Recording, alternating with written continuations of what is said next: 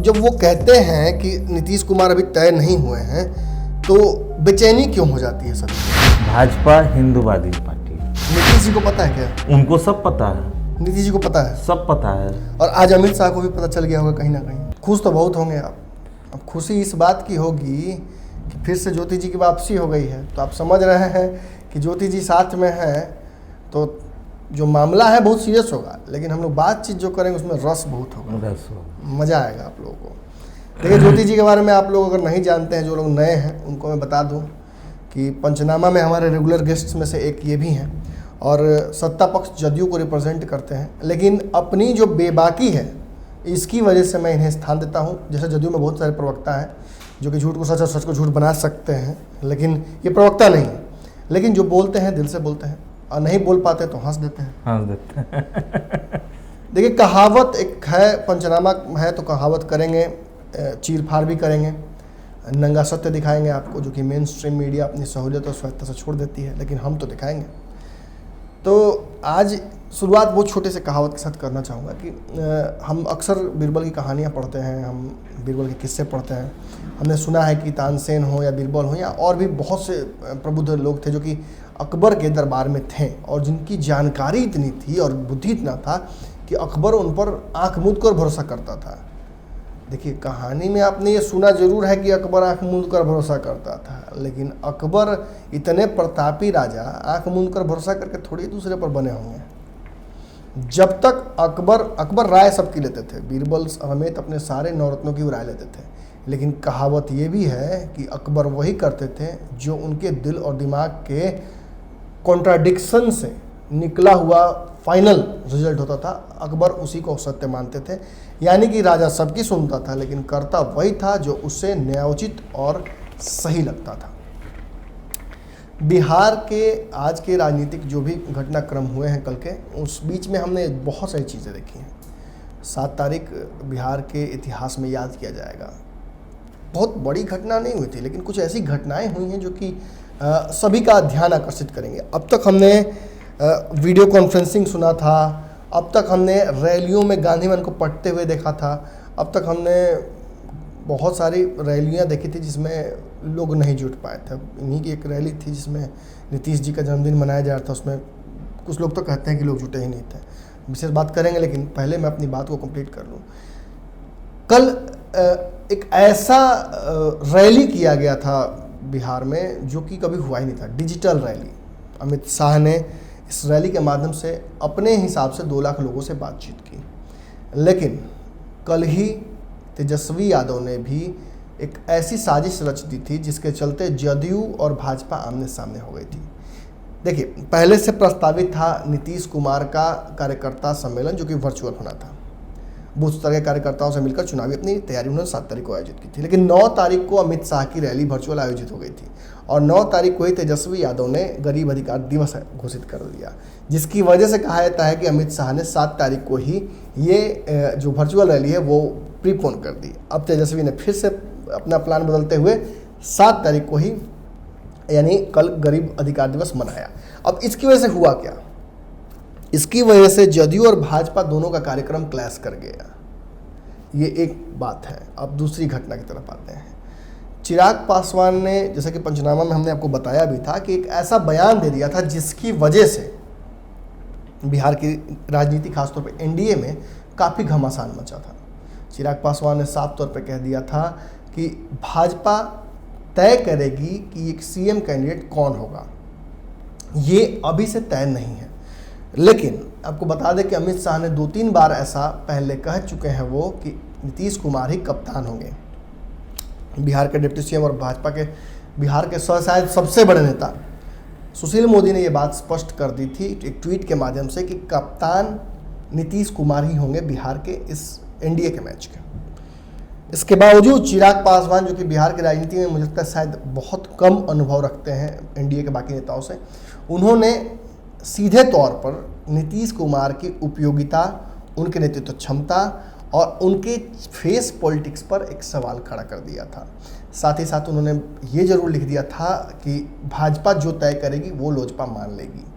लेकिन इसको कहने का समय, टाइमिंग और कहने का तरीका जो था उसके चलते हमने पंचनामा में आपको बताया कि कई ऐसे विवाद उत्पन्न हो गए जो कि इतनी जल्दी शांत नहीं होंगे। लेकिन आज जिस तरह से हमने देखा है कि नीतीश कुमार के बारे में, देखिए नीतीश कुमार ने रैली की मगर भाजपा के बारे में चर्चा नहीं की, और जब अमित शाह रैली करते हैं इतने सारे कार्यकर्ताओं के बीच वो नीतीश कुमार का नाम लेते हैं।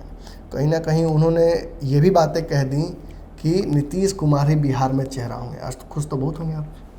ये तो बात तो हम पहले ही कर दिए थे कि किसी के पास कोई विकल्प नहीं है। आपकी भविष्यवाणी सही होगी इसलिए मैं कह रहा हूँ। हाँ, भविष्यवाणी सही होगी, आगे भी जो भविष्यवाणी करेंगे वो भी सही होगा। तो चिराग पासवान इतना बढ़िया युवा नेता हैं, इतनी ज़्यादा उनमें ऊर्जा है, आप खुद बोलते हैं मौसम वैज्ञानिक के पुत्र हैं, थोड़ी बहुत तो उनमें होगी ही वो सभी बातें।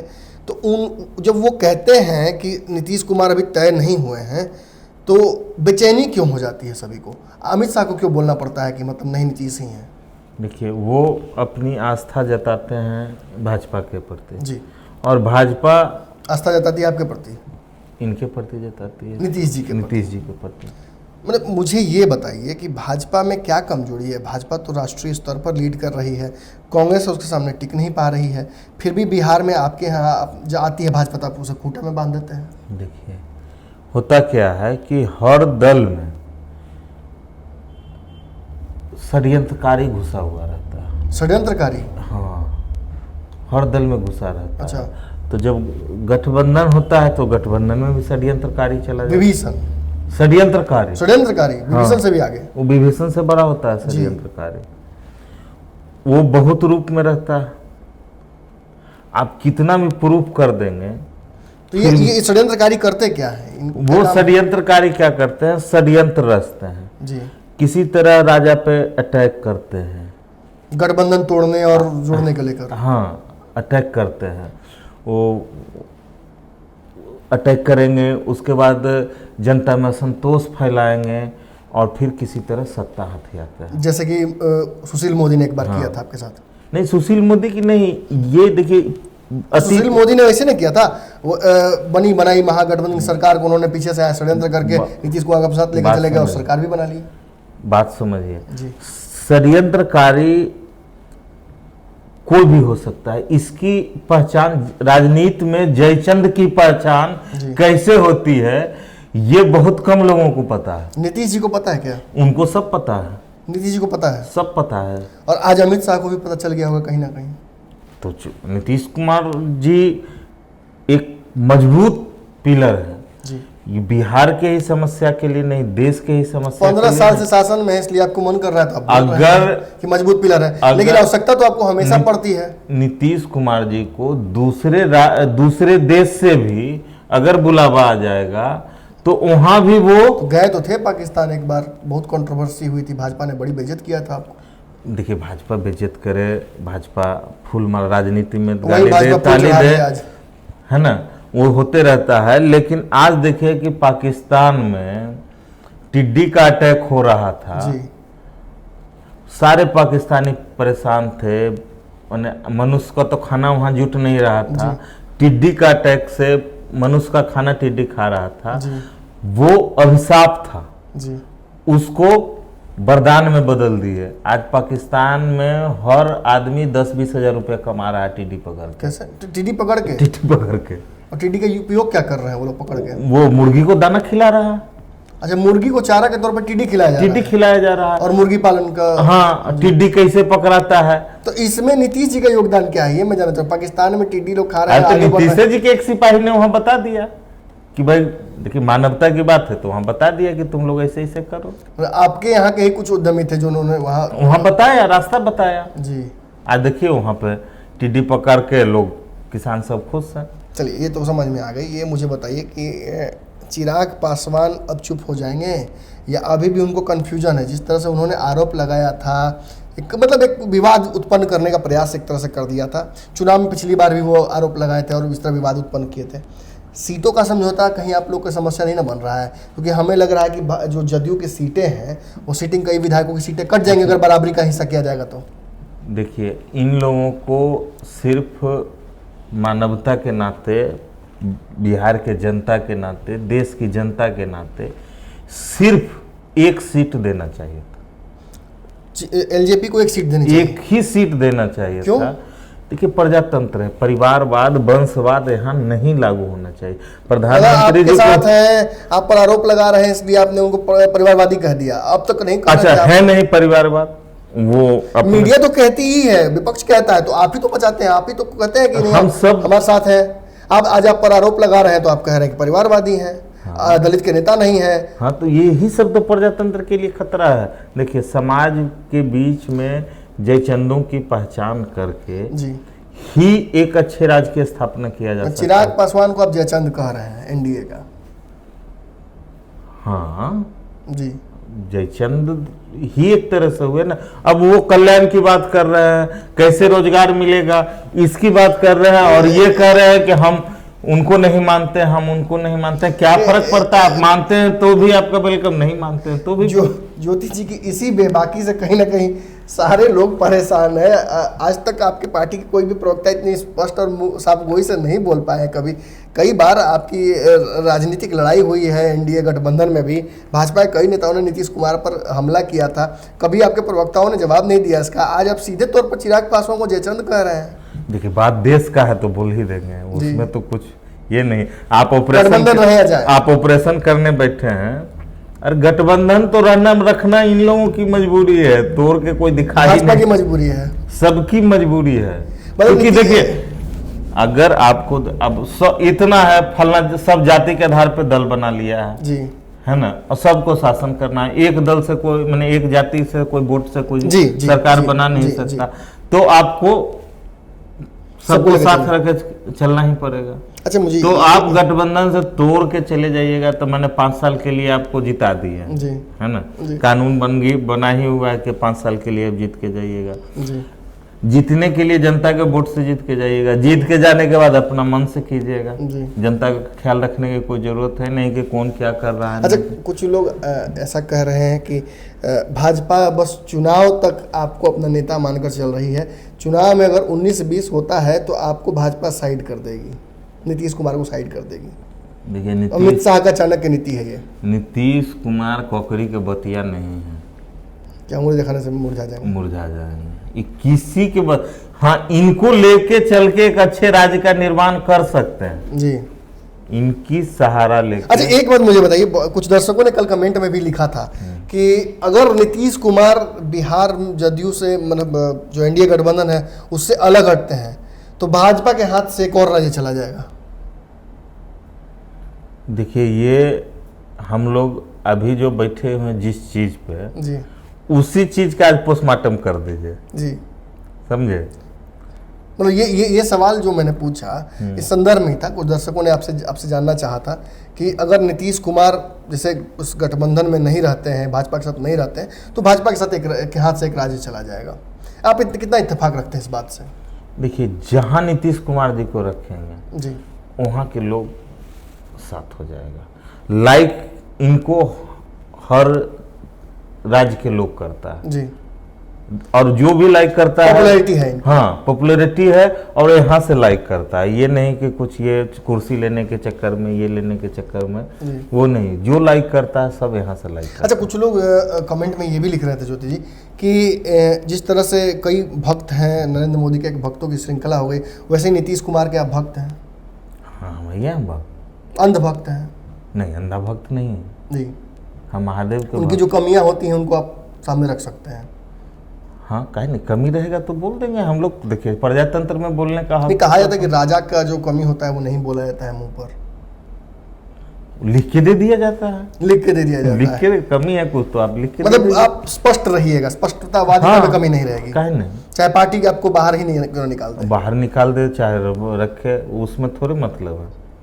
अच्छा एक बात मैं और जानना चाहूँगा, दर्शक भी हमारे बिल्कुल लगातार जो बैठकर सुन रहे हैं काफ़ी अप्रिशिएट कर रहे हैं आपको। मैं बता दूं आपको कि पंचनामा में हमने कई लोगों को बिठाया है और इतनी खुलकर बातें कभी नहीं हो पाई हैं पंचनामा में। लोग कुछ ना कुछ अक्सर छुपा लेते हैं और मैं बहुत प्रयास करता हूँ लोगों से वो बात चीज़ें बाहर निकल। मुझे बहुत प्रयास नहीं करना पड़ता है आपके साथ। मैं जब सवाल पूछता हूँ तो आप बिल्कुल स्पष्टता से अपनी बात रख देते हैं। लोग ये भी जानना चाह रहे हैं या चाह रहे होंगे हमारे दर्शक कि बिहार में एनडीए को लेकर एक कन्फ्यूज़न क्रिएट किया गया है कि बहुत सारे मुद्दों पर भाजपा नहीं मानेगी नीतीश कुमार की बात, बहुत सारे मुद्दों पर नीतीश कुमार भाजपा की बात नहीं मानेंगे और कहीं ना कहीं इन दोनों को ये बात पता चल चुकी है कि अलग अलग गठबंधनों में इनके लिए कोई स्थान नहीं है। मतलब कहीं ना कहीं ये उस दंपति की तरह हो गए हैं कि पति को दूसरा कोई व्यवस्थित पत्नी नहीं मिलेगी और पत्नी को दूसरा कोई पति नहीं मिलेगा। तो ये दोनों आपका अंडरस्टैंडिंग के तहत नाता है, नेचुरल अलायंस नहीं है आपका, एक दूसरे कमजोरी के साथ आपने मान लिया। अब देखिए, ये देखिए, भाजपा हिंदूवादी पार्टी है जी, ये बात आप मानते हैं? सब पूरा देश, पूरा भारत मानता है जी। ये समाजवादी है। अगर नीतीश कुमार समाजवादी है तो इन दोनों की दोस्ती कैसे हो सकती है? यही तो कहीं ना कहीं विचारधाराएं तो टकरा रही हैं। तो अब विचारधारा के लिए अब थोड़े ये जो है उसी को लेकर आगे चलिए। विचारधारा के चलते गठबंधन थोड़े तोड़ देंगे, ये कहना चाह रहे हैं? नहीं, मैंने विचारधारा के चलते आपको आगे जाना है, देश को आगे बढ़ाना है जी। तो विचारधारा की लड़ाई नहीं ना लड़िएगा। देश के चलते विचारधारा से कॉम्प्रोमाइज किया नीतीश कुमार। वो यहाँ कहाँ कॉम्प्रोमाइज कर रहे हैं? जिस चीज पे स्टैंड हो जाते हैं नीतीश कुमार, हाँ भाई, शराबबंदी में कहाँ पीछे हट रहे हैं? शराबबंदी में नहीं हटे, चाहे वो देखिए मंत्रालय में भी बोले ठीक है भाई आप ही लोग चलाइए, हम नहीं चलाएंगे, केंद्रीय मंत्रिमंडल नहीं शामिल होंगे। लेकिन अब तो खबर आ रही है कि शामिल होने जा रहे हैं। न्योता देख के विजय देख के ले जाएंगे जी अब ले जाएंगे। यही जो स्पष्टता है ज्योति जी की, वो इनका परिचय है। और पंचनामा में हम लगातार अन्य कई खबरों को, कई विषयों को छूने का प्रयास करते हैं। बड़ा ही हॉट केक था यह विषय। चिराग पासवान ने जिस तरीके से, वो टाइमिंग बड़ा उनका अलग सा था। बिहार की राजनीति में जिस समय भाजपा और जदयू दोनों मिलकर कहीं ना कहीं विपक्ष की एक जो चेहरा बन गया है तेजस्वी यादव, उसके खिलाफ एक बड़ी तैयारी करने में जुटे हुए थे। वहीं कहीं ना कहीं एलजेपी ने अपने ही पाले में एक ऐसा बम फेंक दिया जिससे सभी हताहत हो सकते हैं। और इसी परिस्थिति को झेलते हुए जो चाणक्य नीति कहा जाता है, अब ये विवादित विषय भी हो सकता है कि हमारे दर्शक कह सकते हैं कि भाई चाणक्य नीति ना हो सकता है कि समझौता हो, लेकिन अमित शाह ने इस रैली के दौरान, जिस रैली में उन्हें बात बिहार की जनता से करनी थी, अपनी पार्टी की बात करनी थी, चुनावी रणनीतियों की बात करनी थी, उन्होंने नीतीश कुमार का जिक्र किया। जिक्र तो उन्होंने तेजस्वी यादव का भी किया और ये भी माना कि तेजस्वी यादव बिहार में प्रतिपक्ष के नेता हैं, विपक्ष के एक अच्छे नेता हैं। वहीं नीतीश कुमार के बारे में जब वो ये कहते हैं कि हमारे कप्तान नीतीश कुमार ही होंगे, और बता दूं आपको, ये तीसरी बार अमित शाह सार्वजनिक मंचों से उपस्थित होकर ये बात कह रहे हैं। हाँ, पोस्ट पोल अलायंसेस को लेकर भाजपा का जो रिसेंट हिस्ट्री रहा है, डर तो है, सभी को डर है, नीतीश कुमार भी डर रहे हैं। अगर नीतीश कुमार डर नहीं रहे होते तो सीटों का समीकरण जिस तरह का अभी हमें खबर आ रही है कि अंदर अंदर काफ़ी बिगड़ रहा है, क्योंकि जिस तरह से लोजपा प्रेशर बना रही है कि जदयू अपनी कुछ सीटें छोड़कर लोजपा को भी दे और भाजपा को भी दे, इसके बीच में सामंजस्य नहीं बन पाया है। हालांकि जिस तरह से अमित शाह ने बातें कह दी हैं, एक बात स्पष्ट आ रही है सामने होकर कि नीतीश कुमार का सीटों के समीकरण में, गठबंधन के समीकरण में काफ़ी योगदान होगा। इनकी बातें बिल्कुल सुनी जाएंगी और बिहार के संदर्भ में भाजपा नीतीश कुमार पर आंख बंद करके भरोसा करती है। अब आप खुद समझ लीजिए कि आंख बंद कर के भरोसा करना कितना घातक हो सकता है, कितना फ़ायदेमंद हो सकता है। क्योंकि हमने आपको जो कहानी सुनाई है, मुझे तो शायद उस कहानी से मिलता जुलता कुछ ना कुछ लग रहा है मुझे यहाँ। अगर आपको समझ में आ रहा है कि हमने जो बोला है और जो खबर सुनाई है, दोनों के बीच में कोई समानता हो तो कमेंट बॉक्स में बताइए। संजय जी, आपसे विशेष आग्रह होगा कि ज्योति जी बहुत खुलकर बोले हैं, इसलिए आप अपना जो कमेंट है उसको थोड़ा सा बड़ा रखिएगा ताकि हम समझ पाएँ कि एग्जैक्टली आपके मन में क्या चल रहा है और इस पंचनामा के बारे में आप क्या सोचते हैं। बाकी के लोगों से भी आग्रह कि इस वीडियो को शेयर कीजिए और चैनल को सब्सक्राइब कीजिएगा। तो इसी तरह से मुझसे, इनसे और अन्य जो गेस्ट हैं हमारे पंचनामा के, उन सभी से मुलाकात होती रहेगी।